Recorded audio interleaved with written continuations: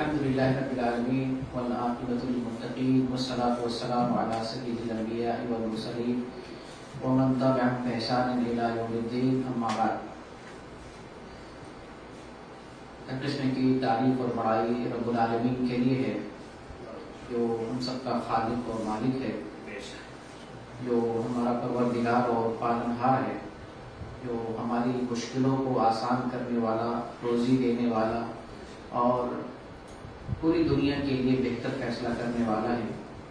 درود و سلام کا نزول ہو اللہ کے تمام پیغمبروں پر، بالخصوص آخری پیغمبر، آخری نبی محمد صلی اللہ علیہ وسلم کا۔ عزیز دوستوں، اسلامی بھائیوں اور میری ماں و بہنوں، عقیدہ اور عبادت کے تعلق سے ہمارا درس مسلسل چل رہا ہے اور آج کا یہ چوتھا درس ہے۔ آج کا موضوع ہے طہارت کے احکام و مسائل، یہ چوتھا درس ہے۔ تو طہارت کے تعلق سے انشاءاللہ اسلام اور شریعت کی روشنی میں جو احکام اور مسائل ہیں، اختصار کے ساتھ میں آپ کے سامنے بیان کروں گا۔ طہارت کا جو مسئلہ ہے بہت عظیم مسئلہ، اور میں نے خود بالمشافہ ایسے لوگوں کو دیکھا ہے کہ طہارت کے مسئلے میں کنفیوژن کا شکار بہت سارے مسائل ہیں، حتیٰ کہ بہت سارے لوگ ذہنی طور پر مریض ہو جاتے ہیں، میں پاک ہوں یا ناپاک نہیں ہوں، پاک ہوں ناپاک ہوں۔ اس مسئلے میں بہت سے لوگ اس قدر پریشان ہوتے ہیں، کنفیوژن کا شکار ہوتے ہیں کہ ذہنی طور پر مریض بن جاتے ہیں۔ میں نے ایسے لوگوں کو دیکھا ہے، روتے ہوئے دیکھا ہے۔ ذہن میں یہ خیال ہوتا ہے کہ میں کتنوں پاک ہو جاؤں، کتنوں نہا لوں، وضو کر لوں، لیکن ناپاک ہوں، اس کے ذہن میں یہ بیٹھا ہوا ہے۔ تو انشاءاللہ مختصر احکام اور مسائل آپ کے سامنے بیان کروں گا۔ موضوع میں داخل ہونے سے پہلے طہارت کا مسئلہ ہے، تو اس تعلق سے امت محمدیہ کی دو فضیلت میں آپ کے سامنے بیان کرنا چاہتا ہوں۔ اس امت کی، امت محمدیہ کی دو عظیم فضیلت جو دوسری کسی امت کے لیے نہیں ہے۔ نبی کریم صلی اللہ علیہ وسلم ارشاد فرماتے ہیں، راوی حدیث ابو ہریرہ رضی اللہ تعالیٰ عنہ ہے، اور یہ حدیث صحیح مسلم کے اندر ہے 246 نمبر کی۔ نبی کریم صلی اللہ علیہ وسلم فرماتے ہیں، ان امتی یاتون یوم القیامہ غرا محجلین من اثر الوضوء فمن استطاع منکم ان یطیل غرتہ فلیفعل۔ آپ صلی اللہ علیہ وسلم ارشاد فرماتے ہیں کہ میری امت کے لوگ قیامت کے دن وضو کے اثر سے روشن چہرے والے، روشن چہرے اور روشن چمکتے ہوئے ہاتھ اور پیر کے ساتھ حاضر ہوں گے۔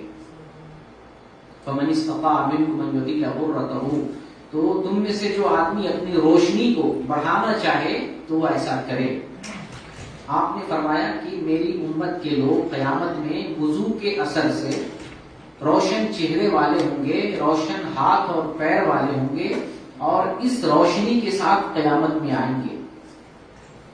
تو یہ جو روشن چہرے، روشن ہاتھ اور پیر، غرن محجلین، غر کہتے ہیں چہرے کی روشنی کو، چہرے پر جو نور ہوتا ہے، وضو ہم کرتے ہیں تو اس سے چہرے کے اندر روشنی پیدا ہوتی ہے، نور پیدا ہوتا ہے۔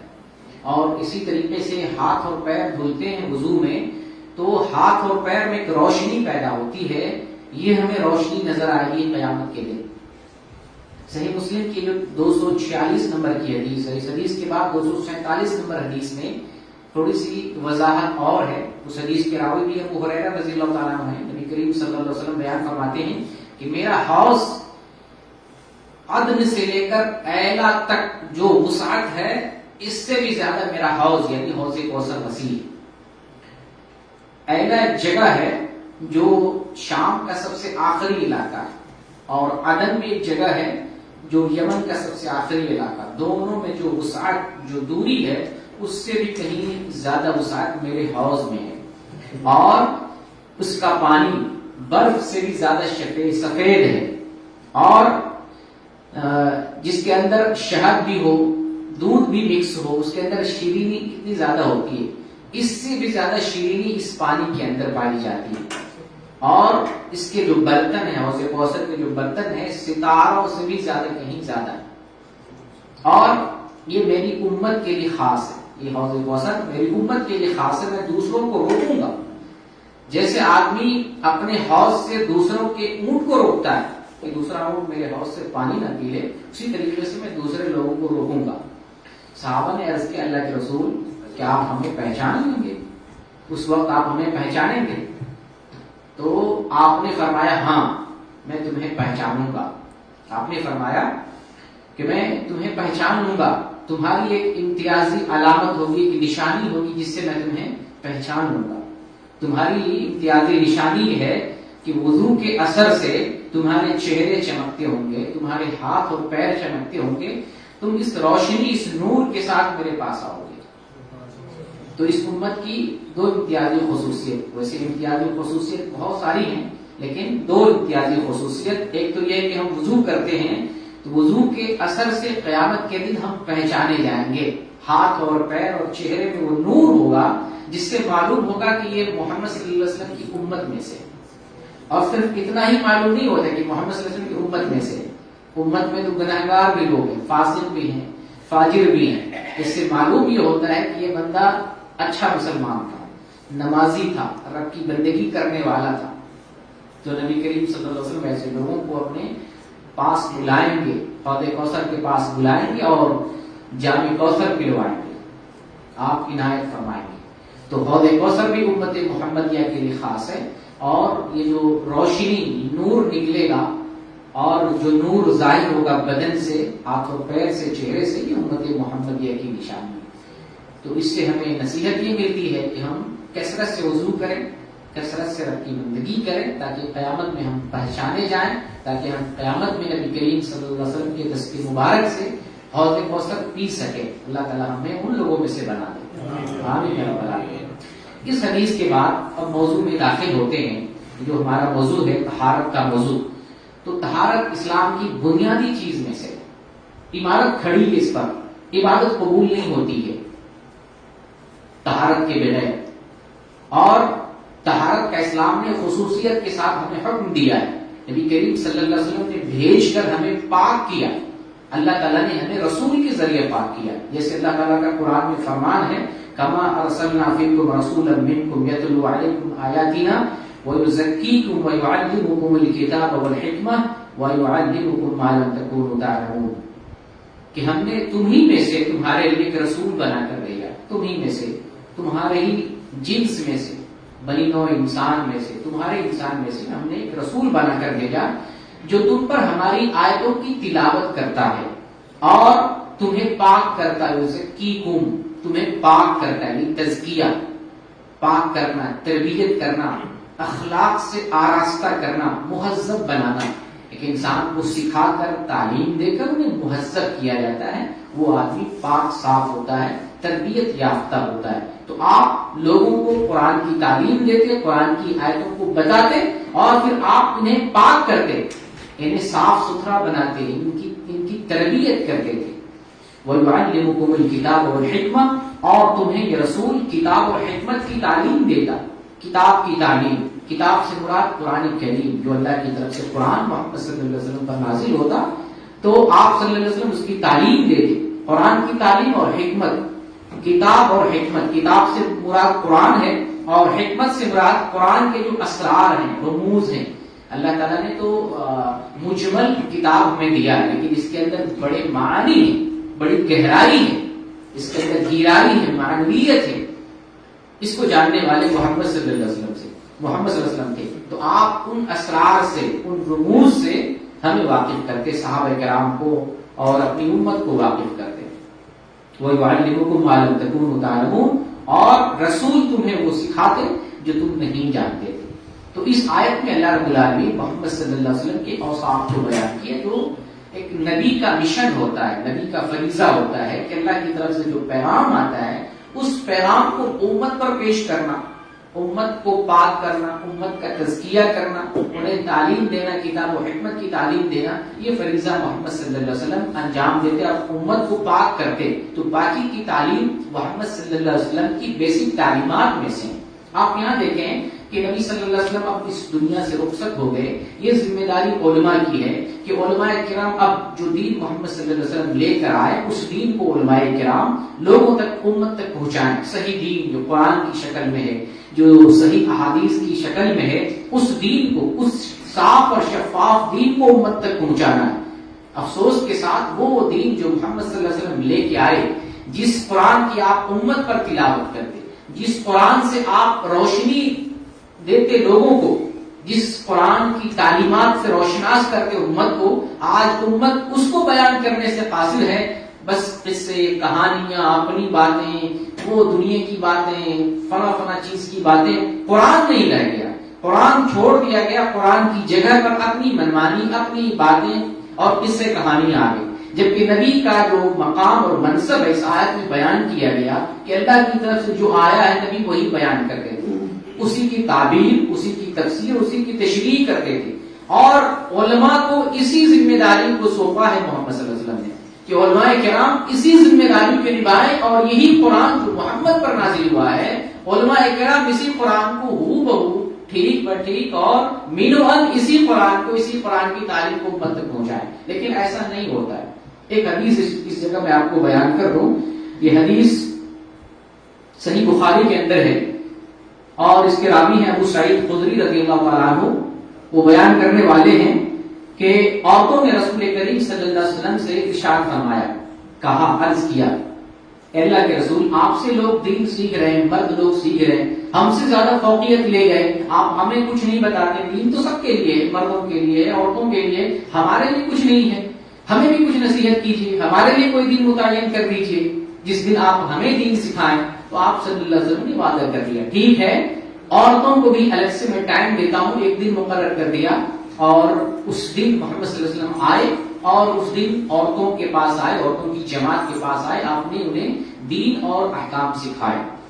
تو اس سے معلوم یہ ہوتا ہے کہ سماج کے اندر جو مرد ہیں، جو عورتیں ہیں، ان تمام لوگوں کی ذمہ داری علماء کی ہے، نبی تو ہے نہیں، علماء مرد کی بھی ذمہ داری دعوت و تبلیغ کا کام کرے، اور عورتوں کے اندر بھی علماء کرام دعوت و تبلیغ کا کام کریں، اور سمپل سادہ انداز میں۔ ہمارے یہاں جو جلسے جلوس ہوتے ہیں، بڑے بڑے اسٹیج والے جلسے، یہ مولانا آ رہے، وہ مولانا آ رہے، اتنی بڑی پگڑی ہے، اتنا بڑا جبہ ہے، وہ اسٹیج سجا ہوا ہے، لاکھوں کروڑوں روپے خرچ کیے جاتے ہیں، فائدہ نتھنگ، کچھ نہیں فائدہ۔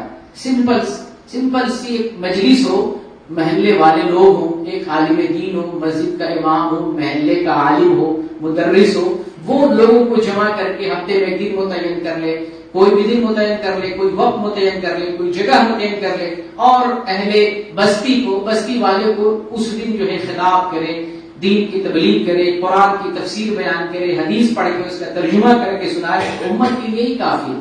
جو اسٹیج شو ہمارے یہاں ہوتا ہے، برائیاں اس سے بہت پھیل رہی، لیکن فائدہ کچھ اس سے نہیں ہوتا۔ بڑے بڑے جلسے میں آپ دیکھ لیں، اگر 1 لاکھ آدمی اس میں ہے، اس میں سے کتنے لوگ نماز پڑھتے ہوں گے؟ 100، 150، 200، 500، 1000 آدمی، 1 لاکھ آدمی میں سے مشکل سے 2000، 4000 آدمی نماز پڑھے گا۔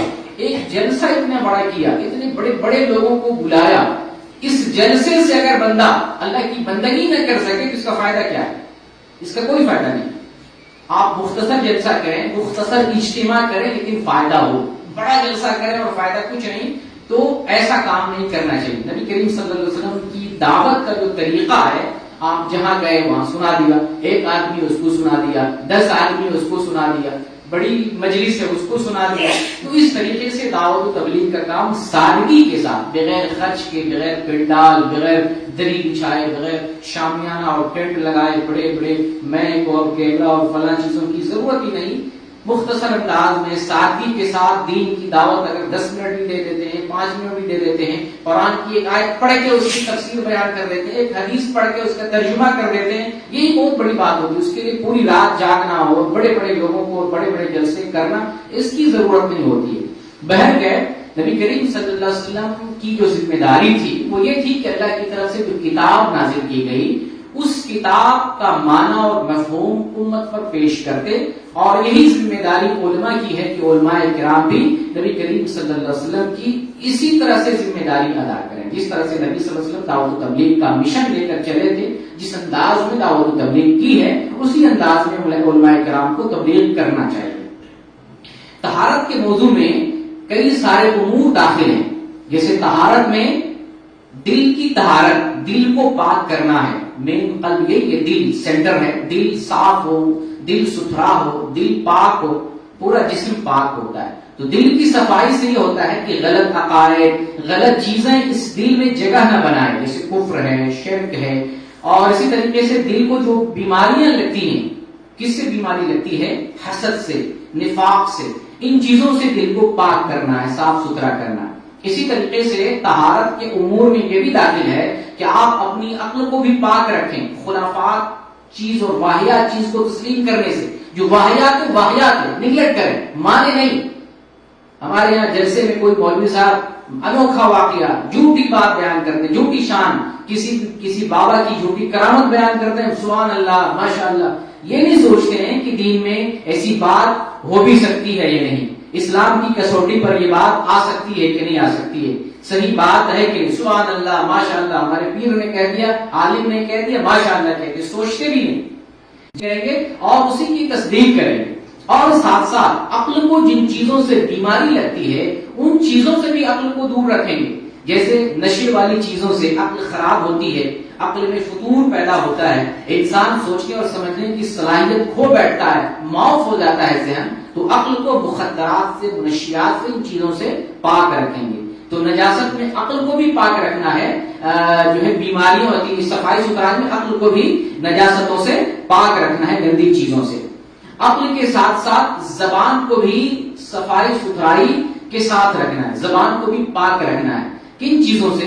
غلط چیزوں سے، جھوٹ سے، بیہودہ گوئی سے۔ اپنی زبان سے ایسی بات نہیں نکالیں گے جس سے ہماری زبان گندی ہو جائے، ہماری زبان بری ہو جائے، ہم بد زبان ہو جائے، تو زبان کو بھی پاک رکھنا ہے۔ اور سب سے جو بڑی بات ہے وہ جسم کی طہارت ہے، جسم کو نجاست سے، گندی چیزوں سے، بری چیزوں سے اور نجس ناپاک چیزوں سے، جس کو اسلام نے خبیث مانا ہے، یعنی نجاست کے حکم میں خبیث چیزیں، ان تمام چیزوں سے ہم اپنے جسم کو بچائیں گے، چاہے کھانے پینے کے تعلق سے ہو یا نجاست اور کوئی چیز کی ہو، ان تمام نجاستوں سے جسم کو پاک رکھیں گے۔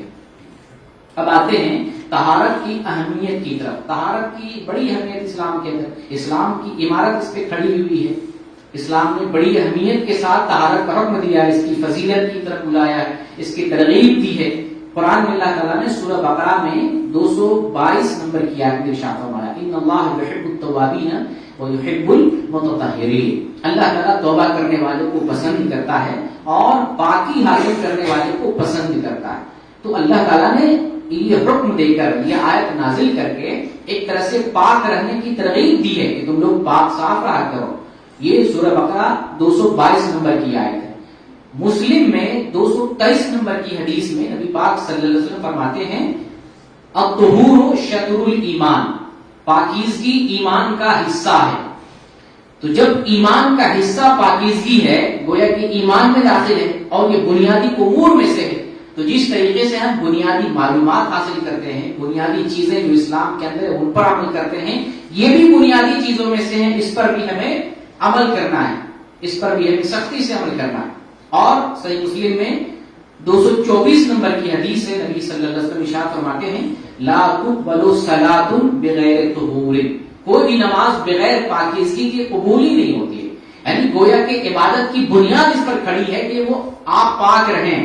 یہاں پر ایک بنیادی مسئلہ یہ بھی سمجھ لیں کہ مومن ناپاک نہیں ہوتا ہے، مومن حکمن جو ہے پاک ہوتا ہے، یعنی مومن پاک ہوتا ہے۔ اللہ کے نبی صلی اللہ علیہ وسلم ارشاد فرماتے ہیں، ان المؤمن لا ينجس، مومن ناپاک نہیں ہوتا ہے۔ تو علی اطلاق مومن ناپاک نہیں، وہ پاک ہے، حالت جنابت بھی پاک ہے، پیشاب پاخانہ کر کے بھی پاک ہے، اور اس کو جو ہے جسم میں کوئی گندگی لگ جائے پھر بھی پاک ہے۔ کیوں؟ اس لیے اس کے پاس شرک نہیں، اس کے پاس کفر نہیں۔ جو اصل نجاست ہے ان نجاستوں سے ایک مومن پاک ہوتا ہے۔ تو حقیقت میں مومن تو پاک رہتا ہے، لیکن اس پر نجاست لگ جائے یا کوئی جو ہے نجس چیز لگ جائے یا جو ہے کوئی ایسا کام کر لے جو طہارت کو توڑ دے، تو صرف حکم لگایا جاتا ہے کہ یہ نجس ہے۔ اس کو عربی میں محدث کہتے ہیں، ناپاک ہونے والا، ناپاک ہو گیا۔ تو یہ بظاہر ہے لیکن حقیقت میں پاک ہوتا ہے۔ ناپاک تو وہ لوگ ہیں جس کا ذکر اللہ تعالیٰ نے قرآن میں کیا، انما المشرکون نجس، انما المشرکون نجس، کہ مشرکین نجس ہیں، یعنی مشرک جو لوگ ہیں، شرک کرنے والے لوگ ہیں، وہ اصل ناپاک ہیں، لیکن جو مومن لوگ ہیں وہ تو پاک ہوتے ہیں، صاف ستھرا ہوتے ہیں۔ تو یہ ذہن رکھیں، بیسک جو ہے مومن پاک ہوتا ہے، لیکن جسمانی صفائی ستھرائی بھی ہمارے لیے ضروری ہے۔ جب ہم عبادت کرتے ہیں اور عبادت کے لیے پیدا کیے گئے ہیں تو بندگی کے لیے 3 چیزوں کا پاک ہونا ضروری ہے، بدن پاک ہو، کپڑا پاک ہو، جس جگہ بندگی کرتے ہیں وہ جگہ پاک ہو، 3 چیزیں پاک ہونی چاہیے بیسکلی طور پہ۔ اور اس میں 2 مسئلہ اور بھی سمجھیں، اگر ایک شخص بغیر وضو کے نماز پڑھ لیتا ہے، یا اسے گمان تھا میں وضو سے ہوں نماز پڑھ لیتا ہے، نماز کے بعد خیال آیا کہ میرا وضو نہیں ہے، یقین ہے اسے کہ میرا وضو نہیں، وضو ٹوٹ گیا، پھر بھی نماز پڑھ لیا، تو اسے نماز دہرانی پڑے گی۔ لیکن یہاں ایک دوسرا مسئلہ یہ ہے کہ اگر کوئی شخص نماز پڑھا، اس کے بدن پر یا کپڑے پر یا زمین پر، ان تینوں جگہ پر کہیں نجاست لگی ہوئی تھی، نماز پڑھنے کے بعد اسے نظر آیا، خیال آیا، یہ یقین ہوا کہ میرے کپڑے میں یا جسم میں یا جو ہے جگہ پر نجاست لگی ہوئی تھی، تو نماز اپنی جگہ صحیح ہے، درست ہے۔ تو نجاست لگنا ایک الگ مسئلہ ہے، اور انسان کا طہارت کی حالت میں نہ ہونا، بغیر وضو کے نماز پڑھ لینا، یہ دوسرا مسئلہ ہے، ٹھیک ہے، یہ 2 الگ الگ مسئلہ ہے، اس لیے ذہن میں رکھیں۔ تو نماز پڑھنے کے لیے طہارت ضروری ہے، بغیر طہارت کے پڑھی گئی نماز نہیں ہوتی ہے۔ اور نماز تو بڑی عبادت ہے، یعنی اللہ رب العالمین کی بندگی، جب ہم کلمہ پڑھتے ہیں تو اس کے بعد نماز ہی ہمارے اوپر عائد ہوتی ہے، نماز پڑھنا، اور یہ کفر اور اسلام کے درمیان امتیاز کرنے والی چیز ہے، جیسا کہ نبی کریم صلی اللہ علیہ وسلم کا فرمان ہے، صحیح مسلم کی حدیث ہے 82 نمبر کی، بین الرجل و بین الشرک والکفر ترک الصلاۃ، کہ آدمی اور شرک و کفر کے درمیان فرق کرنے والی چیز نماز کا چھوڑنا ہے۔ نماز اگر کوئی آدمی چھوڑ دیتا ہے تو شرک اور کفر میں وہ داخل ہو جاتا ہے، لیکن اگر وہ نماز قائم کر رہا ہوتا ہے تو شرک اور کفر سے نکل جاتا ہے، پاکیزہ لوگوں میں آ جاتا ہے، نیک لوگوں میں اور مسلمانوں میں آ جاتا ہے۔ تو نماز بنیادی چیز ہے، اور نماز کے لیے اللہ تعالیٰ نے قرآن میں ارشاد فرمایا ان الصلاۃ کانت علی المؤمنین کتابا موقوتا، کہ نماز مومنوں پر اپنے اپنے مقرر وقت پر فرض ہے۔ اپنی مرضی سے نماز ہم نہیں پڑھیں گے، ہر نماز کو اپنے وقت پر اور اپنے ٹائم پر پڑھیں گے، جس نماز کا جو وقت ہے۔ اگر کوئی شخص ظہر کے وقت میں نماز پڑھ رہا ہے یا ظہر سے پہلے اگر پڑھ لیا تو اس کی نماز نہیں ہوگی، ظہر کی نماز اسی وقت ہوگی جب ظہر کا وقت داخل ہو جائے، اس وقت میں نماز پڑھے گا تو ہی اس کی نماز ہوگی۔ ظہر کے وقت سے پہلے اگر کوئی ظہر پڑھ لیتا ہے نماز نہیں ہوگی۔ عصر کا وقت داخل ہونے سے پہلے کوئی وقت نماز پڑھ لیتا ہے نماز نہیں ہوگی۔ تو 5 وقت نمازیں اپنے اوقات پر فرض ہیں، الا یہ کہ کوئی شرعی عذر ہو تو بعض اوقات بعض مجبوری کے تحت 2 نمازوں کو جمع کرنا جائز ہے، لیکن کوئی شرعی عذر نہ ہو تو تمام 5 نمازوں کو اپنے اپنے وقت پر ادا کرنا ہے۔ اچھا، یہاں پہ آپ کو نماز کے اوقات بھی آپ کو بتا دوں، ظہر کا وقت کب ہوتا ہے؟ جب ٹھیک بیچ آسمان پہ ہو، سر کے سامنے بیچ آسمان میں، یہ جو ہے اس وقت نماز پڑھنے سے منع کیا گیا ہے۔ جب اس وقت سے سورج زائد ہو، جس کو زوال کہتے ہیں، زائد ہو، یہ 10 سے 15 منٹ کا 10 سے 12 منٹ کا وقت ہوتا ہے۔ جب زائد ہو جائے تب آپ ظہر کا وقت ہو گیا، آپ ظہر کی نماز پڑھ سکتے ہیں۔ یہ ظہر کا وقت شروع ہوتا ہے، یہ کب تک رہتا ہے؟ جب تک انسان کا سایہ برابر نہ ہو جائے، یہ ظہر کا وقت ہوتا ہے، اس وقت تک۔ اب اس کے بعد سے عصر کا وقت شروع ہوتا ہے، انسان کا سایہ جب اس کے برابر ہو جائے، اس وقت سے لے کر جب تک سورج غروب نہ ہو، سورج غروب ہونے سے پہلے تک یہ عصر کا وقت ہوتا ہے۔ پھر سورج غروب ہو گیا، اب مغرب کا وقت اسٹارٹ ہو رہا ہے، جب تک آسمان میں شفق اور لالی ہے، سورج کی لالی آپ دیکھتے ہو کہ جب تک وہ لالی ہے مغرب کا وقت باقی ہے۔ جب لالی ختم ہو گئی اب عشاء کا وقت داخل ہو گیا، اب آپ عشاء کی نماز پڑھیں گے۔ عشاء کا وقت لالی ختم ہونے سے لے کر آدھی رات تک، یہ عشاء کا وقت ہے۔ اور فجر کا وقت مشہور ہے، طلوع فجر سے لے کر طلوع آفتاب تک، یہ فجر کا وقت ہے۔ تو یہ 5 وقت نمازوں کے اوقات ہیں۔ اب آتے ہیں طہارت کو سمجھتے ہیں، معنی اور طہارت کی قسمیں، اور پھر نجس چیزوں کو سمجھیں گے۔ طہارت کسے کہتے ہیں؟ طہارت لغوی معنی ہے پاکی اور صفائی، یعنی طہارت اگر بولتے ہیں تو لغت اور ڈکشنری میں طہارت بولتے ہیں پاکی کو، اور شرعی اعتبار سے گندی اور نجاست سے پاکی صفائی حاصل کرنا، یہ شرعی معنی ہے۔ جب شریعت میں کہتے ہیں طہارت تو نجس چیزوں سے، گندی چیزوں سے اپنے آپ کو پاک اور صاف کرنا، یہ طہارت حاصل کرنا کہلاتا ہے۔ اب آتے ہیں طہارت جو حاصل کی جاتی ہے، جو کیفیت اور طریقہ ہوتا ہے، کس چیز سے طہارت حاصل کی جائے گی وہ بیان کرتے ہیں۔ طہارت ہم حاصل کرتے ہیں پانی سے، تو پانی کی دو قسمیں ہیں۔ پانی کی کتنی قسمیں ہیں؟ ویسے اقسام تو بہت زیادہ بن جائیں گے، لیکن بنیادی طور پر قسمیں بیان کی جا رہی ہیں۔ پانی کی دو قسمیں، ایک قسم پانی کا ہے پاک پانی، اور دوسری قسم پانی کا ہے ناپاک پانی۔ تقسیم کریں گے تو اور بھی قسمیں نکلیں گے، لیکن بنیادی طور پر اور موٹے انداز میں پانی کو تقسیم کرتے ہیں جس سے ہم پاکی حاصل کر رہے ہیں۔ دو قسم کا پانی، ایک پانی پاک پانی اور دوسرا پانی ناپاک پانی۔ پاک پانی جس سے ہم وضو کر سکتے ہیں، غسل کر سکتے ہیں، اس کے اندر دو شرطیں پائی جانی چاہیے۔ کتنی شرطیں؟ دو شرطیں۔ وہ پاک پانی جس سے ہم وضو کریں گے یا غسل کریں گے، دو شرطیں، وہ پانی طاہر ہو اور وہ پانی مطہر ہو۔ طاہر کہتے ہیں پانی تو پاک بھی ہونا، پانی پاک ہونا چاہیے، اور دوسرا یہ کہ وہ پانی مطہر ہو، پاک کرنے والا بھی ہو، پاک بھی ہو پاک کرنے والا بھی ہو۔ تو وہ کون سا پانی ہے جو پاک کرنے والا بھی ہوتا ہے؟ تو وہ پانی، بہت سارے پانی ہیں، جیسے چشمے کا پانی، کہیں چشمہ ابل رہا ہوتا ہے، اس پانی سے آپ وضو کر سکتے ہیں، غسل کر سکتے ہیں۔ بارش کا پانی، اسی طریقے سے نہر کا پانی، سمندر کا پانی، اور جو ہے تالاب کا پانی، چاپاکل ہمارے یہاں وہ پانی، خزان میں جو ہے اسٹور کیا جاتا ہے وہ پانی۔ شرط یہ ہے کہ وہ پانی جو ہے اپنی اصلی حالت پر قائم ہو، اس کے اندر تبدیلی نہیں آئے۔ تبدیلی کی بھی بات سمجھیں گے آگے۔ پانی اپنی اصلی حیت پر قائم ہو۔ پانی کی حیت تمہیں معلوم ہے، رنگ معلوم ہے، کیفیت معلوم ہے، صفت معلوم ہے۔ پانی کی جو اصل کیفیت ہے اس پانی پر برقرار ہو تو وہ پانی طاہر اور مطہر ہے۔ اس پانی سے ہم وضو کر سکتے ہیں، غسل کر سکتے ہیں۔ اسی پانی، پاک پانی میں قسم وہ ہے جس سے ہم وضو اور غسل نہیں کریں گے۔ وہ پانی کئی ٹائپ کا ہوتا ہے۔ ایک مائع مستعمل ہے، وہ پانی جو ہم استعمال کر لیتے ہیں، جیسے ہم نے ایک ٹب میں پانی نکالا، اس ٹب سے ہم غسل کر لیے ہیں، تو اب وہ پانی ہمارے لیے مائع مستعمل ہے، اب اس سے پاکی حاصل نہیں کریں گے، وہ پانی استعمال کیا جا چکا ہے۔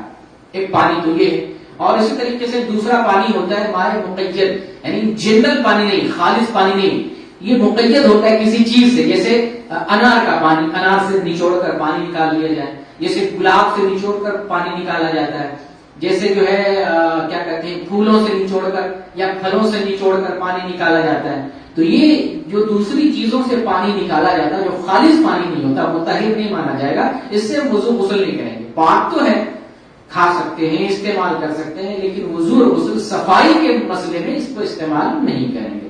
تو بھی پاک پانی کی بات چل رہی تھی۔ پانی کی دوسری قسم ہے ناپاک پانی، جس سے ہم وضو اور غسل نہیں کریں گے۔ وہ کون سا پانی ہے؟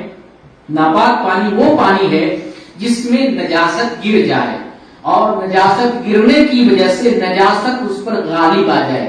صرف گرنا کافی نہیں، پانی ناپاک کب ہوگا؟ اس میں نجس چیز گرے اور گر کر اس پانی کو متاثر کرے۔ جیسے بڑی بڑی ندیاں ہیں، بڑے بڑے تالاب ہوتے ہیں یا نہریں ہیں، تو ان میں تو گندگی آتی رہتی ہے، لوگ پیشاب کر دیتے ہیں، پخانہ کر دیتے ہیں، نجاست پھینک دیتے ہیں۔ تو صرف اس وجہ سے پانی ناپاک نہیں ہوگا۔ پانی ناپاک کب ہوگا؟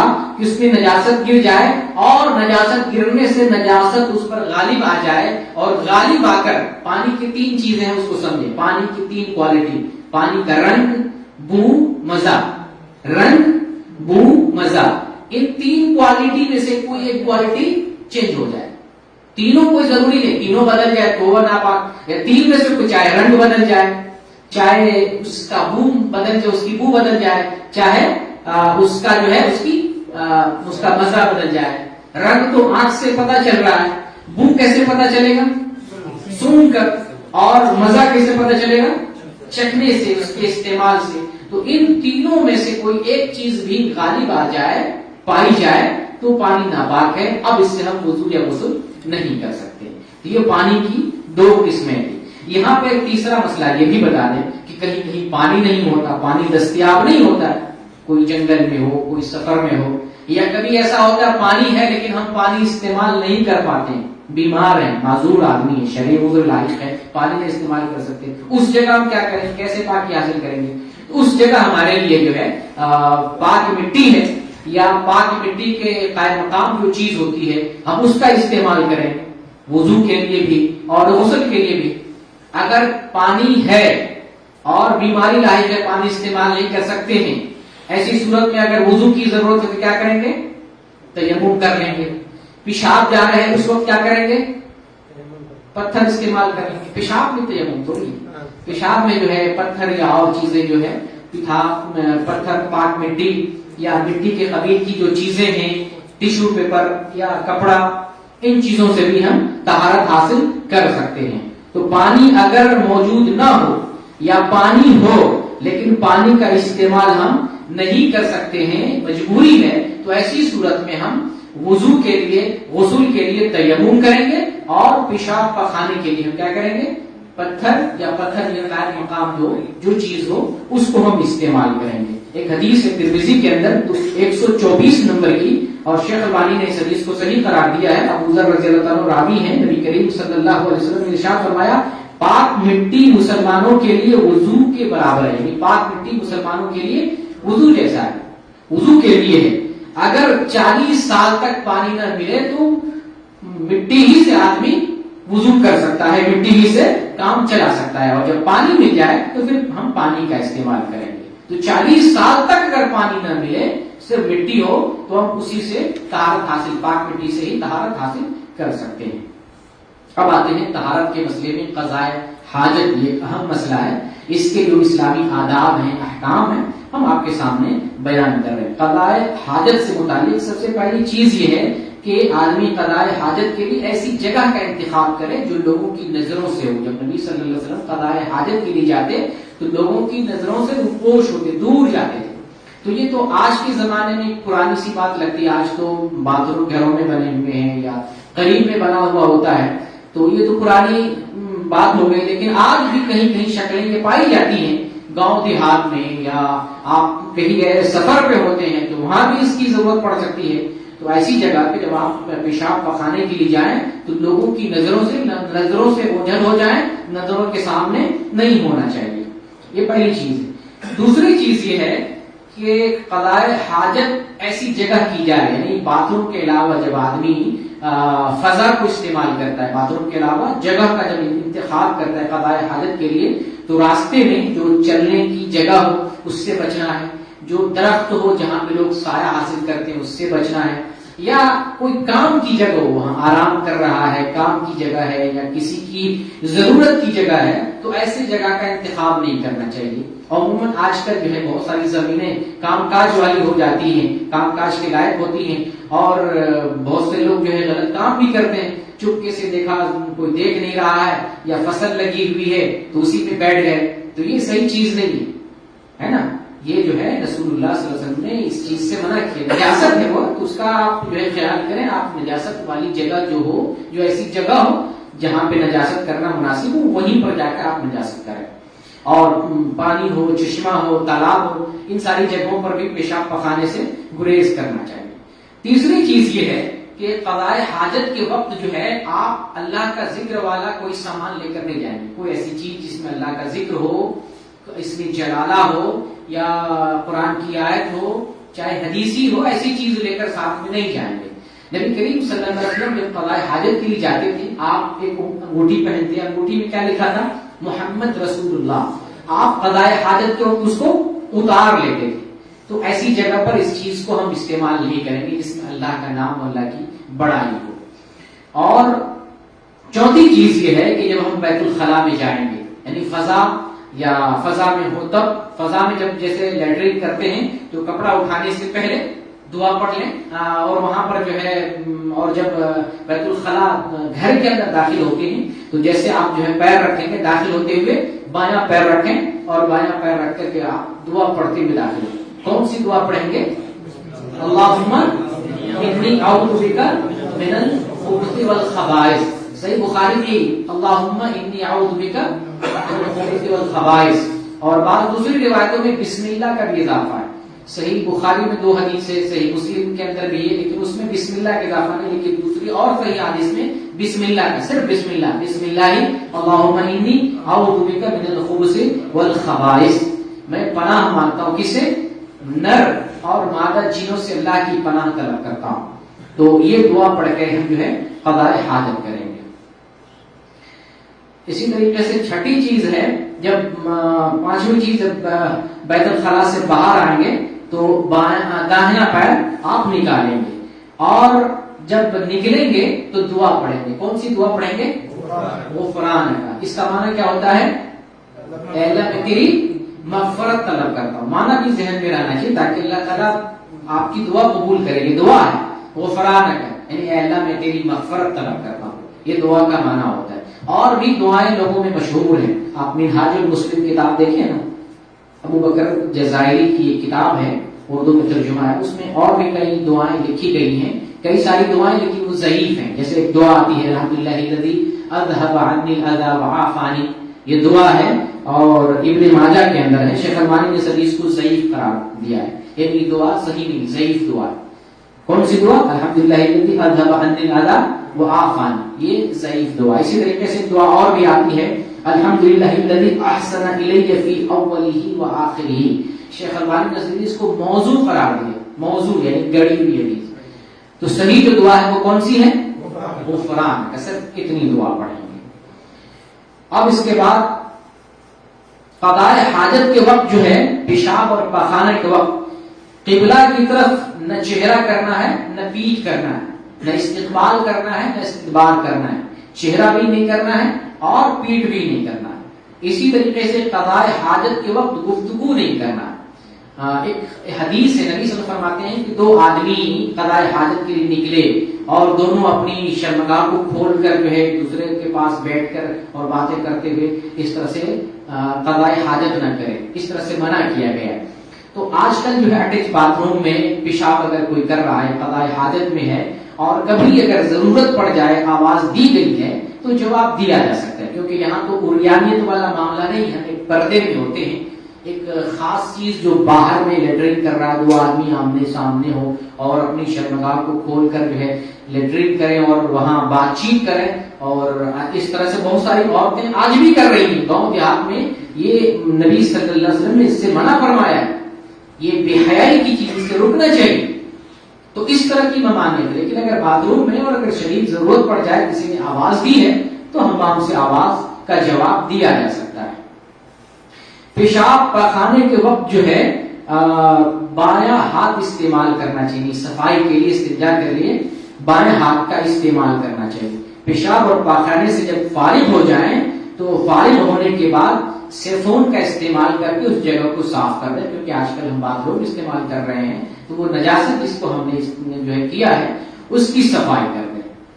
اور آج کل کے جو اٹیچ باتھ روم بنے ہوئے ہیں، یہاں ایک مسئلہ اور بیان کر دوں کہ وضو کی ضرورت پڑتی ہے اٹیچ باتھ روم میں. تو باتھ روم میں ہم اللہ کا نام تو نہیں لے سکتے، منع ہے. نبی صلی اللہ علیہ وسلم انگوٹھی نکال لیتے تھے جس پر اللہ کا ذکر تھا. تو وہاں ہمیں کیا کرنا چاہیے؟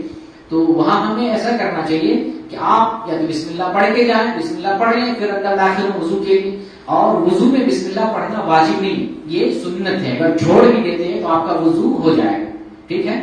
لیکن اگر پڑھ کے جاتے ہیں تو پڑھ لیں، اور اگر نہیں پڑھ سکے اندر ہیں یا وہ وضو غسل کر لیے تھے، اب وہ پھر جو ہے وضو کرنا چاہتے ہیں آخر میں، تو وضو تو غسل میں پہلے ہی ہوتا ہے. لیکن چونکہ جب غسل کر رہا ہوتا ہے اور صابن کا استعمال کرتا ہے، شرمگاہ پر ہاتھ لگ جاتا ہے تو وضو آپ کا نہیں رہتا ہے.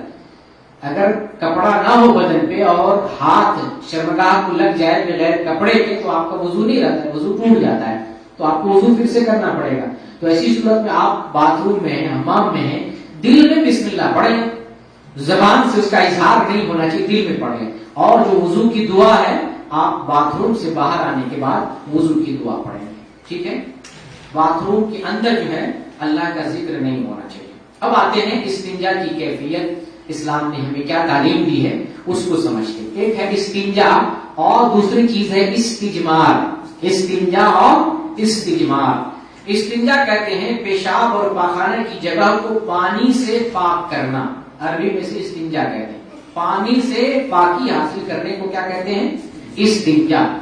اور پانی کے قائم مقام جو چیز ہو، پانی نہیں، پانی کے قائم مقام جو چیز ہو، چاہے پتھر ہو یا ڈھیلا ہو، کاغذ ہو، ٹیشو پیپر ہو یا پاک کپڑا ہو، ان چیزوں سے اگر آپ استنجا کرتے ہیں تو اس کو استجمار کہا جاتا ہے. ان چیزوں سے بھی ہم استنجا کر سکتے ہیں. جہاں پانی نہ ملے، پانی دستیاب نہ ہو، وہاں ہم پانی کے جو قائم مقام جو چیز اسلام نے پاک ٹھہرایا ہے مٹی کو، ہم اس سے استنجا کریں گے. اور جب ڈھیلا استعمال کریں گے تو 3 چیزوں کا، 3 ڈھیلے کا استعمال کریں گے. جیسے صحیح مسلم کی حدیث ہے 262 نمبر کی، سلمان رضی اللہ تعالیٰ عنہ بیان کرتے ہیں کہ نبی صلی اللہ علیہ وسلم نے استنجا میں ہمیں کچھ چیزوں سے منع فرمایا. وہ 4 چیزوں کو بیان کرتے ہیں کہ نبی کریم صلی اللہ علیہ وسلم نے دائیں ہاتھ سے استنجا کرنے سے منع فرمایا. دائیں ہاتھ کا استعمال نہیں کریں گے، پہلی چیز. دوسری چیز یہ ہے کہ قبلہ کی طرف استنجا نہیں کریں گے. اور بھی دوسری حدیثوں میں کیا ہے، پیٹ بھی نہیں کرنا ہے، چہرہ بھی نہیں کرنا. تیسری چیز یہ ہے گوبر اور ہڈی سے استنجا نہیں کریں. گوبر اور ہڈی یہ جینوں کی اور شیطانوں کی غذا ہے، اس سے استنجا نہیں کریں گے، منع کیا اس سے مسلم نے. اور چوتھی چیز ہے 3 پتھر سے کم سے استنجا نہیں کریں. کم از کم 3 پتھر سے ہم استنجا کریں. تو یہ استجمار اور استنجا کی بات ہے. اب آتے ہیں نجاست والی جو چیزیں ہیں ان چیزوں کو سمجھ لیں. اسلام نے کون کون چیز کو نجس قرار دیا ہے تاکہ ان چیزوں سے ہم بچیں اور اپنی صفائی کا خیال کریں. بہت ساری نجاست کی قسمیں ہیں، تو ہم جو ہے ان میں سے چند چیزوں کو آپ کے سامنے بیان کرتے ہیں. جو نجس چیزیں ہیں، پلید ہیں، ناپاک ہیں، وہ کون کون سی چیزیں ہیں. پہلے نمبر پر ہے مردار. یہ نجس ہے، پلید اور ناپاک ہے. مردار کو ایک تو جو ہے وہ جانور جسے ہم نہیں کھاتے ہیں، جو حلال جانور نہیں ہے، وہ تو نجس ہے ہی. لیکن حلال جانور اگر مر جائے، ذبح کرنے سے پہلے مر جائے، تو حلال جانور بھی، مردار بھی، وہ کیا ہو جاتا ہے، حرام ہو جاتا ہے. ایک تو وہ جانور جسے ہم نہیں کھاتے ہیں وہ مردار ہے، وہ تو ظاہر سی بات نجس ہے ہی. لیکن حلال جانور بھی اگر ذبح سے پہلے مر جائے تو وہ بھی ہمارے لیے حلال نہیں ہے. یہاں پر ایک حدیث آپ کو بتا دوں. نبی کریم صلی اللہ علیہ وسلم سے جو ہے ایک صحابی پوچھتے ہیں کہ ہم لوگ سمندر کے سفر پہ ہوتے ہیں اور وہاں پر جو ہے ہمارے پاس پانی کم ہوتا ہے وضو کے لیے.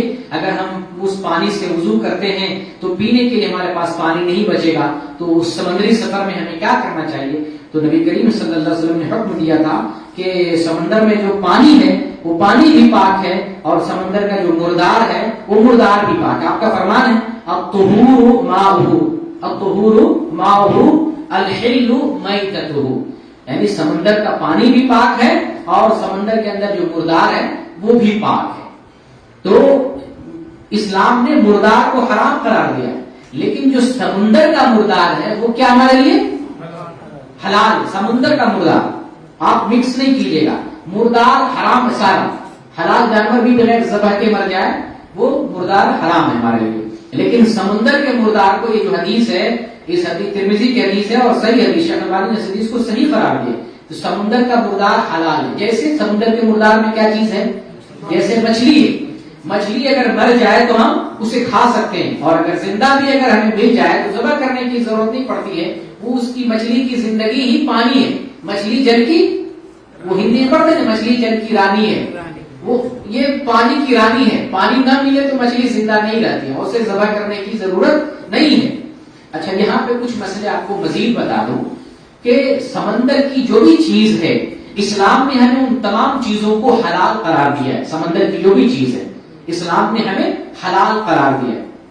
جس کی زندگی سمندر ہو، پانی ہو. اور کچھ جانور ایسے ہوتے ہیں جو بر ماہی ہوتے ہیں. بر کسے کہتے ہیں، یہ خشکی کو بر، اور ماں کسے کہتے ہیں، پانی کو. بر ماہی دونوں لفظ کو غور کریں سمجھ میں آئے گا. ایسا جانور جو پانی اور خشکی دونوں پر رہ سکے، تو ہر اس میں سے سارا حلال نہیں، کچھ حلال ہے کچھ حلال نہیں بھی ہے. لیکن وہ جانور جس کی زندگی پانی ہے وہ کیا ہے، حلال. اب پانی میں جو کچھ ہو، سانپ ٹائپ کا ہو یا گھوڑے ٹائپ کا ہو، مچھلی ٹائپ کا ہو، انسان کی شکل کا ہو، پانی زندگی اس کی ہے تو وہ ہمارے لیے حلال. اس کے لیے قرآن میں اللہ تعالیٰ نے ہمیں بیان کیا ہے. سورہ مائدہ میں اللہ رب العالمین کا فرمان ہے احل لکم صید البحر وطعامہ، تمہارے لیے سمندر کا شکار جو ہے حلال کیا گیا ہے اور اس کا کھانا بھی حلال. اس کے اندر جو کچھ ہے وہ کھاؤ. لیکن یہاں پہ احناف کے یہاں، مسلک احناف میں سمندر کی صرف مچھلی کو حلال قرار دیتے. حنفی لوگ یہ قرآن حدیث کے خلاف، دلیل کے خلاف۔ دلیل یہ کہتی ہے کہ سمندر کی جو بھی چیز ہے، پانی اس کی زندگی ہے تو حلال ہے، قرآن کہتا ہے، قرآن کے علاوہ حدیثیں کہتی ہے۔ تو احناف کے یہاں صرف مچھلی حلال، ٹھیک ہے۔ اور مچھلی بھی کیسی یہ بھی بتا دیں، مچھلی وہ مچھلی کہ زندہ مچھلی شکار کی ہے، شکار کرنے کے بعد اگر مچھلی مرتی ہے تو وہ احناف کے نزدیک حلال ہے، ورنہ اگر شکار سے پہلے مری ہوئی ہے احناف کے نزدیک حلال نہیں ہے۔ یہ قرآن و حدیث کے خلاف فتویٰ اور مسئلہ ہے، ٹھیک ہے۔ قرآن و حدیث میں کیا ہے؟ سمندر کا مردار بھی حلال ہے۔ آئیے میں حدیث بھی بتاتا ہوں۔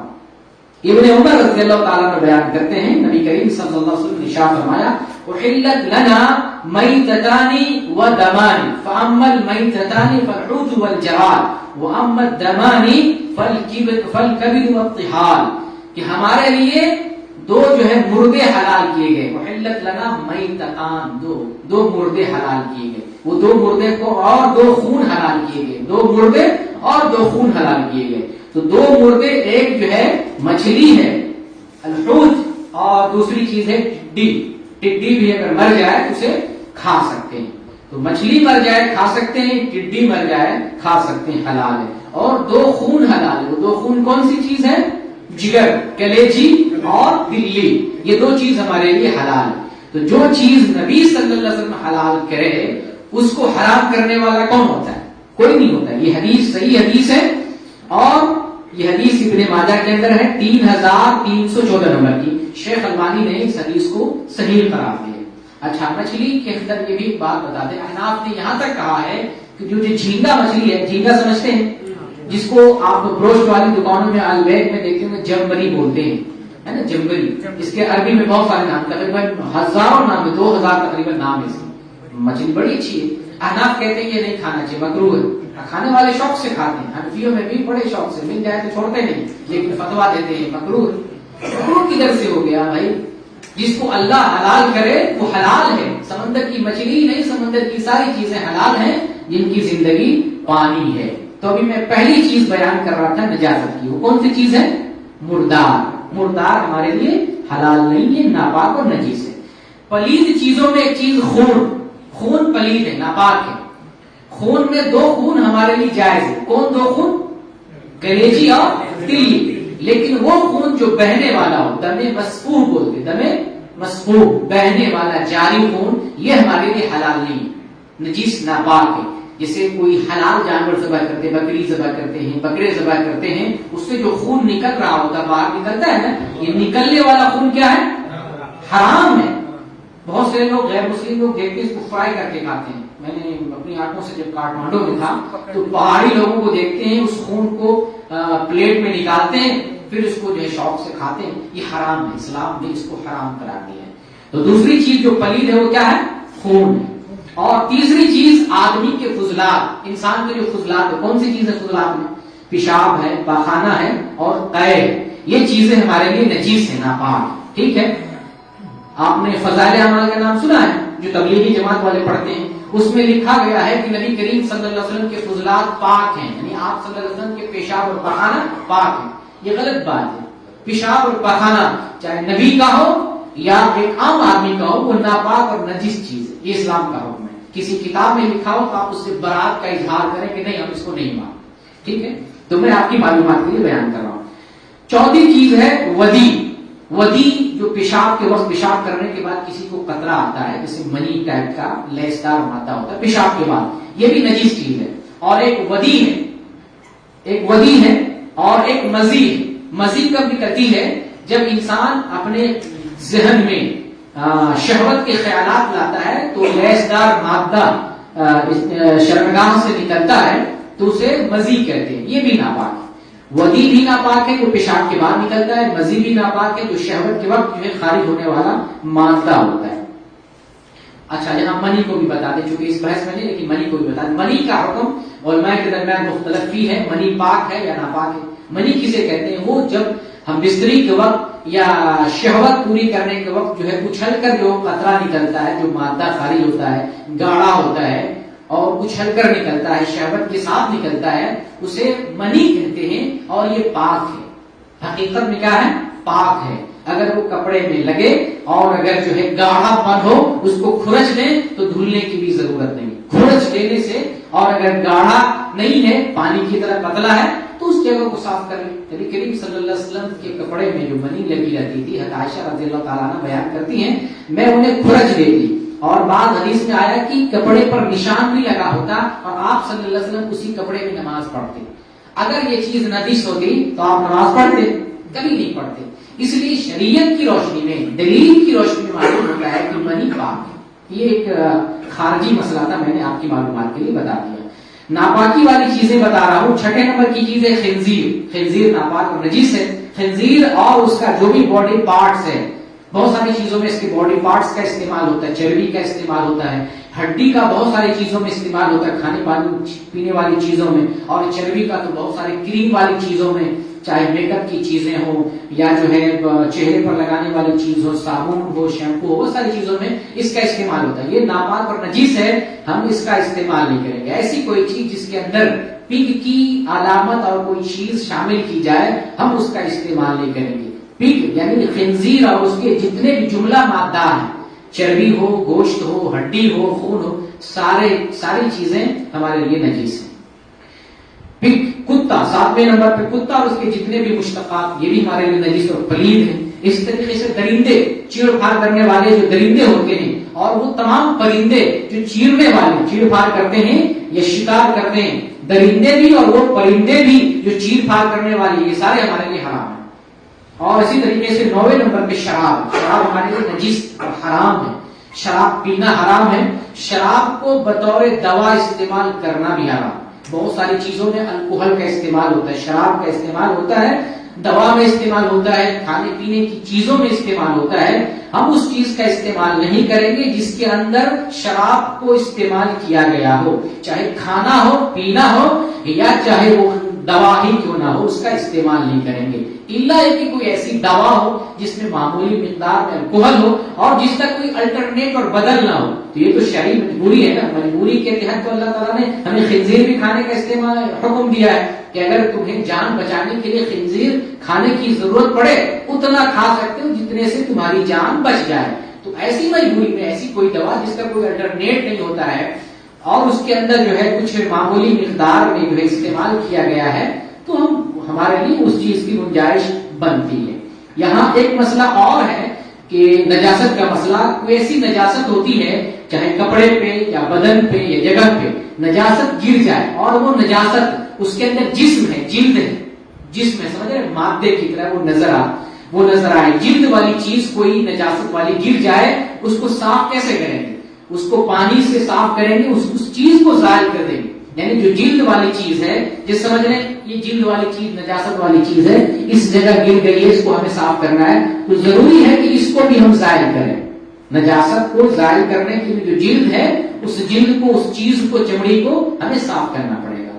ایک وہ چیز ہے جس میں جلد نہیں ہے، جیسے پیشاب ہے، پیشاب اگر گر جائے اس میں جلد نہیں ہے تو اس کی صفائی کیسے کریں گے؟ اس کی صفائی ہم اس چیز کو زائل کر دیں گے، جو چیز جس کا کلر بن جائے، جس کے اندر بدبو ہو، دو چیزیں ہوں گی، کلر بن جائے گا اور اس کے اندر بدبو ہوگی، کلر کو زائل کر دیں اور بدبو کو ختم کر دیں، سمجھ لیجیے پاک ہو گیا، کپڑا پاک ہے، وہ جگہ پاک ہے۔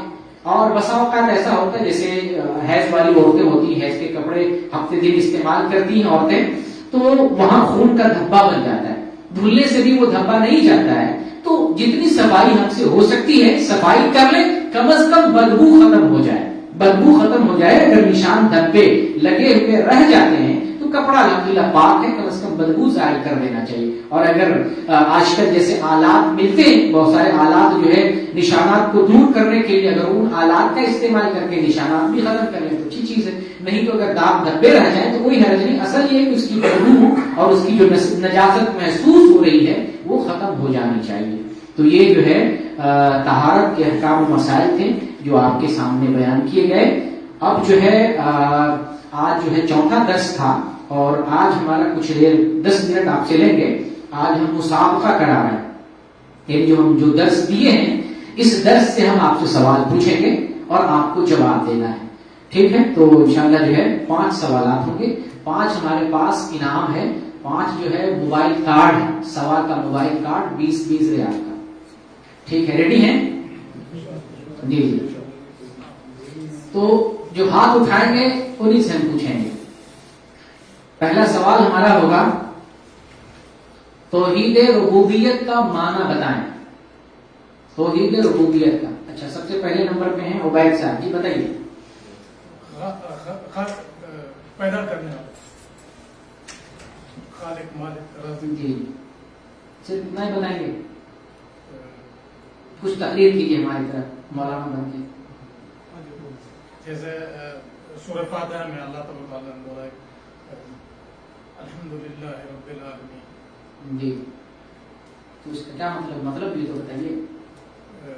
ساری تعریف اللہ کے لیے جو پیدا کرنے والا، جو سارے جہان کا پیدا کرنے والا، پروردگار ہے، پالنے والا ہے. جی، ربوبیت ادنا سے لے کر اعلیٰ درجے تک پہنچانا. جی، وضاحت ماشاءاللہ کچھ تو ہو گئی وضاحت کہ ہم چاہتے ہیں آپ کچھ بولیں، پورا تو ناپ چوک کے جواب تو نہیں ہوگا ہماری طرح استاذ کی طرح، لیکن طالب علم کی طرح تو جواب دیں گے. عبید صاحب. اچھا، ایک اگلا سوال ہے، خواتین آئی ہوئی ہیں. ایک سوال میں چھوڑ دیتا ہوں، خواتین سے لیجئے اور موبائل پہ لیجئے، ہم کو دکھائیے گا اس میں تاکہ چیٹنگ نہ ہو جائے کہ ہاں انہیں کا جواب ہے. آپ وہ کہہ دیجیے، آپ ہی کے موبائل پر جواب بھیجیے جن کو بھیجنا ہے. سوال یہ رہے گا کہ نبی صلی اللہ علیہ وسلم کے بارے میں عورتوں کی جو حدیث بیان کیا کہ عورتوں کو تبلیغ کیا ہے، تو وہ حدیث بتا دیں ہمیں. وہ حدیث کیا ہے؟ حوالہ دیں گے نا، وہ حدیث کیا مطلب، اس کا خلاصہ میسج کر دیں اور آپ جواب لے لیں، پک کر لیں جواب.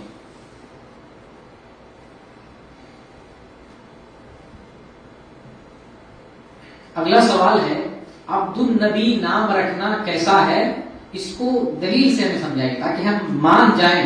اگر کسی نے یہ نام رکھا ہے تو وہ اپنا نام بدل آپ کی بات سے، ایسا دلیل سے سمجھائیں. جی بتائیے، آپ جو ہے افتخار سے بتائیے. عبد النبی نام رکھنا غلط ہے کیونکہ آپ کو کہتے ہیں بندگی کرنے والے کو. ہم عبداللہ ہو سکتے ہیں، اللہ کی عبادت کر سکتے ہیں، نبی کی عبادت ہم نہیں کرتے ہیں. تو عبد النبی کا نام رکھنا غلط ہے. عبداللہ، عبد الرحمن یہ ہو سکتے ہیں، عبد النبی نام صحیح نہیں ہے. کیوں؟ جو ہم کہیں گے کیوں تو آپ کیسے سمجھائیں گے؟ کیونکہ ہم نبی کی عبادت نہیں کرتے ہیں. جی، اب کا مطلب ہوتا ہے عبادت کرنے والا. جی، تو نبی کی ہم عبادت نہیں کرتے ہیں، ہم عبادت کرتے ہیں اللہ کی. اس وجہ سے عبداللہ مطلب یہ کہ لے سکتے ہیں مفہوم. عبد بن بندہ کا مطلب ہوتا ہے، اور بندہ وہ ہوتا ہے جو اللہ رب العالمین کی بندگی کرے، اسی سے عبادہ بنا ہوا، عبادت کرنا، اسی سے عابد بنا ہوا، عبادت کرنے والا. تو چونکہ جو ہے ہم نبی صلی اللہ علیہ وسلم کے بندے نہیں ہیں، ہم اللہ کے بندے ہیں، اللہ کی مخلوق ہیں. عبد جو ہوتا ہے وہ مخلوق ہے، اور محمد صلی اللہ علیہ وسلم جو ہے اگر عبد النبی کہتے ہیں، اس کا مطلب یہ ہوا کہ نبی کی مخلوق، نبی کا بندہ. تو جبکہ جو ہے نبی جو ہے خالق نہیں ہے، خالق اللہ ہے، اور اسی لیے ہم عبد النبی نہیں کر سکتے. بیٹھ کر انشاءاللہ. جی جی جی، نبی خود بذات خود مخلوق ہیں. تو افتخار صاحب کا جواب چلا دیتے ہیں انشاءاللہ. کبھی کبھی نیپالی ٹرین چلتی تھی ہمارے انڈیا سے نیپال کو، دھیمے دھیمے کسی کو پیشاب لگا ہوا ہے نا، اتر جاتا تھا، پیشاب کر لیتا تھا، پھر پکڑ لیتا تھا چڑھ. تو انشاءاللہ جو ہے کچھ چل جائے گا. افتخار صاحب نا، افتخار صاحب. اچھا، آگے والا سوال ہے نواقض وضو کا ہم نے بیان دیا تھا. نواقض وضو کیا مطلب ہوتا ہے؟ نواقض کا اسلام توڑنے والا. اس میں سے دو نواقض کو آپ بیان کریں گے. دو نواقض، ہاتھ اٹھائیں. جی، ایک تو گیس کا خارج ہو جانا، ہوا کا، تو اسلام سے نکل جائے گا. نہیں، اسلام سے نکلے گا، بدل ٹوٹ جائے گا. جی. اور دوسرا اگر انسان سو گیا سونے سے اور وہ بخوبی سو گیا، یعنی اس کو پتہ نہیں ہے، گہری نیند سے گہری نیند سو گیا، جی، بدل ٹوٹ جائے گا. ٹھیک ہے، انشاءاللہ آپ کا جواب صحیح ہے. گلفام. اب جو ہے نواقض اسلام پوچھتے ہیں. نواقض وضو اور نواقض اسلام دونوں الگ الگ چیز ہیں. نواقض اسلام میں سے دو چیز بتائیں. جی بتائیے. جی، کوئی چیز کو ایجاد کرنا اس کی شرک ہے. کوئی چیز اسلام میں داخل نہیں ہے, آپ کا قول نہیں ہے, جی اس کو ایجاد کرنا کوئی شرک نہیں ہے. ہو گیا جواب کا. میں نے کتنا چیز پوچھا تھا, دو آپ نے کتنا بتایا؟ تو کمپلیٹ نہیں ہوا. کوئی دوسرا کمپلیٹ کرے, دو بتائیں جو. جی آپ بتائیں. حضور صلی اللہ علیہ وسلم کی بات کسی اور کو نبی ماننا ہے اسلام سے تعلق ہے. نواقض اسلام ہم نے جو پڑھایا آپ نہیں آئے تھے؟ اچھا کوئی آئے جو ہمارے اسٹوڈینٹ میں سے دو بتائے جس سے اسلام سے جی آپ بتائیں. تو شرک ہے, اور دوسرا جو ہم دوسرے کے عقائد کو صحیح مانتے ہیں, جیسا ہولی دیوالی اس کو ہم منا لیتے ہیں, جی جی. یا آپ نماز چھوڑ دیتے ہیں تو آپ اسلام سے خارج ہوتے ہیں. بظاہر اسلام میں ہوتے لیکن آپ اسلام سے خارج ہوتے ہیں. آپ ہماری کلاس میں آئے تھے, اس بیان کو سنا تھا آپ نے؟ تو شرک تو ایک ہے ہی, اور ہولی وغیرہ تو اس کو ایسے کہہ سکتے ہیں کہ یعنی اسلام کے علاوہ غیر مذہب کی چیزوں کو اچھا سمجھنا, غیر مذہب کی چیزوں کو غیر رسومات کرنا, جو رسم میں غیر استعمال کرتے ہیں وہ استعمال کرتے ہیں. ٹھیک ہے انشاءاللہ بھی ان کی باری ہے. تو جو مذہب اسلام کے علاوہ جو دیگر مذاہب ہیں ان کے طریق اور ان کے جو ہے رسم و رواج اور ان کی عبادتوں کو فالو کرنا, یہ بھی اس میں داخل ہو جائے گا. انشاءاللہ آپ کا جواب جو ہے صحیح ہے, چل جائے گا. آپ کا نام کیا ہے؟ حنیف اللہ. اور ایک جواب آ گیا خواتین کی طرف سے. آپ کدھر ہیں؟ آپ میں نے سوال کر دیے تھے. سوال تو کر دیا تھا, جواب نہیں آیا. آیا نہیں ابھی تک. سوال تو انہوں نے سن لیا ہے. سوال سن لیا ہے. خواتین سیکشن میں میرا سوال ہے, جواب جو ہے منیر صاحب کے موبائل پر نمبر لے لیں, اور ہاں وہاں پہ عبد الوہاب ہے وہاں. اچھا تو ان میں عبد الوہاب ہیں, ان سے نمبر لے لیں. سوال ہمارا عورتوں کے سیکشن میں ہے. سوال یہ ہے کہ میں نے ایک حدیث سنائی تھی کہ نبی صلی اللہ علیہ وسلم نے عورتوں کو خطاب کیا. وہ حدیث مختصر الفاظ میں 2 جملوں میں 3 جملوں میں آپ مجھے واٹس ایپ پہ بھیج دیں تاکہ ہم آپ کا جواب دیکھ لیں. ٹھیک ہے, تو یہ 4 لوگ ہمارے پاس آ جائیں. عبید, افتخار صاحب, گلفام اور حنیف اللہ. مبروک, الحمدللہ, جزاکم اللہ.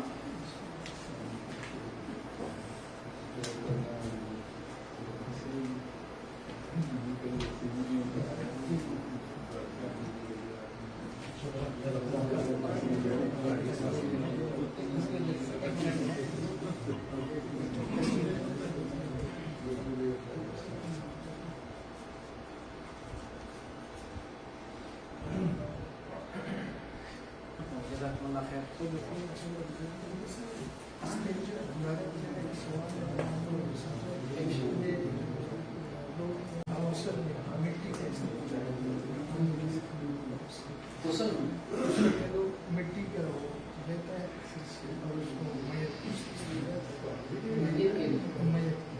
پانی ہوتا ہے تو مٹی کا غسل کے لیے مٹی کی ضرورت ہو جاتا ہے. استنجا کے لیے جو ہے آدمی اگر غسل کرے تو غسل میں مٹی کی ضرورت نہیں ہے. مٹی تو اس وقت ضرورت پڑتی ہے جب آپ جو ہے استنجا کرتے ہیں اور پانی نہ ہو, یا جب آپ جو ہے تیمم کرنا چاہیں اور پانی نہ ہو. تو صرف تیمم میں جو ہے اگر پانی نہیں ہے تو صرف تیمم, ہاتھ جو ہے مل لیں گے, چہرے پر مل لیں گے, آپ کا تیمم ہو گیا. پورے بدن پر ملنے کی ضرورت ہی نہیں ہے. اور ان کی طرف سے آ گیا سب جواب؟ اگر نہیں ہے تو دوسرا سوال کر دیتے ہیں. سوال جو ہے بدل دیتے ہیں. توحید ٹائپ ہو رہا ہے. ٹائپ ہو رہا ہے.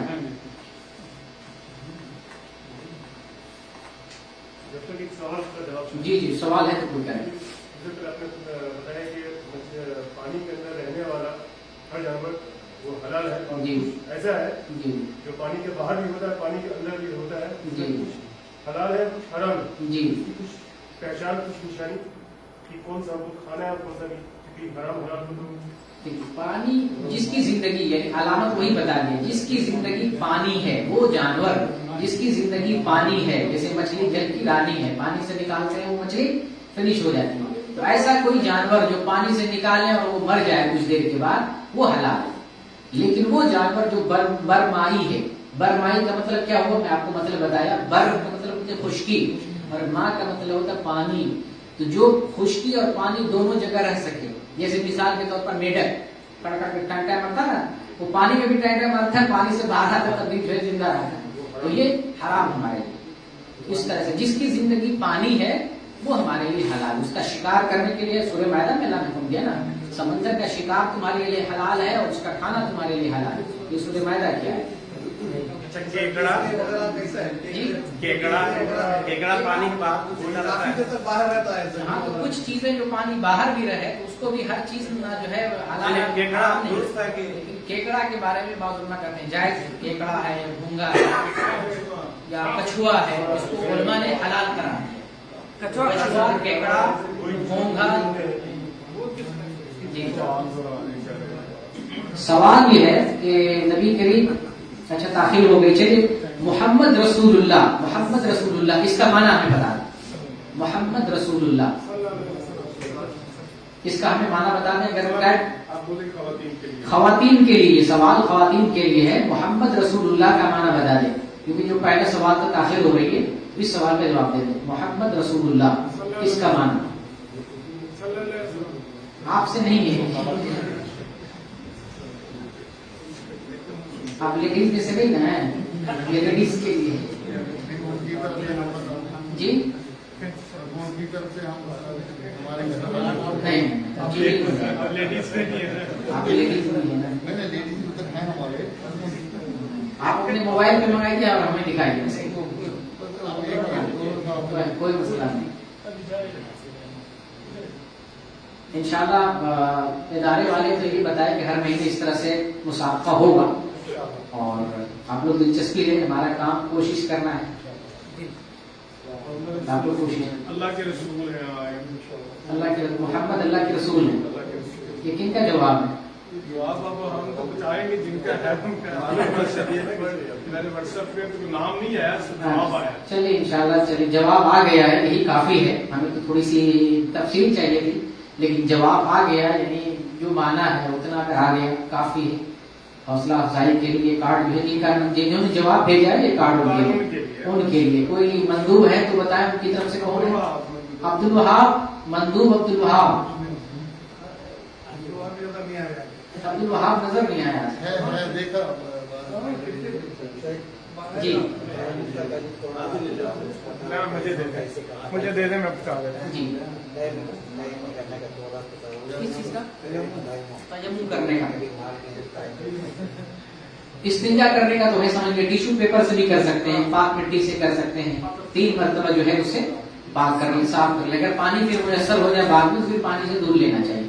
اور تیمم کے لیے 1 مرتبہ مٹی پہ ہاتھ ماریں گے، پھونک مار لیں اور مٹی پاک ہونی چاہیے. پاک مٹی ہو، کنکریٹ ہو یا مٹی والی دیوار ہو یا اینٹ ہو، اینٹ جیسے مٹی کی بنی ہوتی ہے، یا وہ جہاں دھول مٹی لگی ہوئی ہو اس پہ ہم ہاتھ مار کے ہاتھ سے پھونک دیں گے. پھر جو ہے دائیں ہاتھ سے بائیں پہ کر لیں، بائیں ہاتھ سے دائیں پہ کر لیں اور چہرے پہ مار لیں.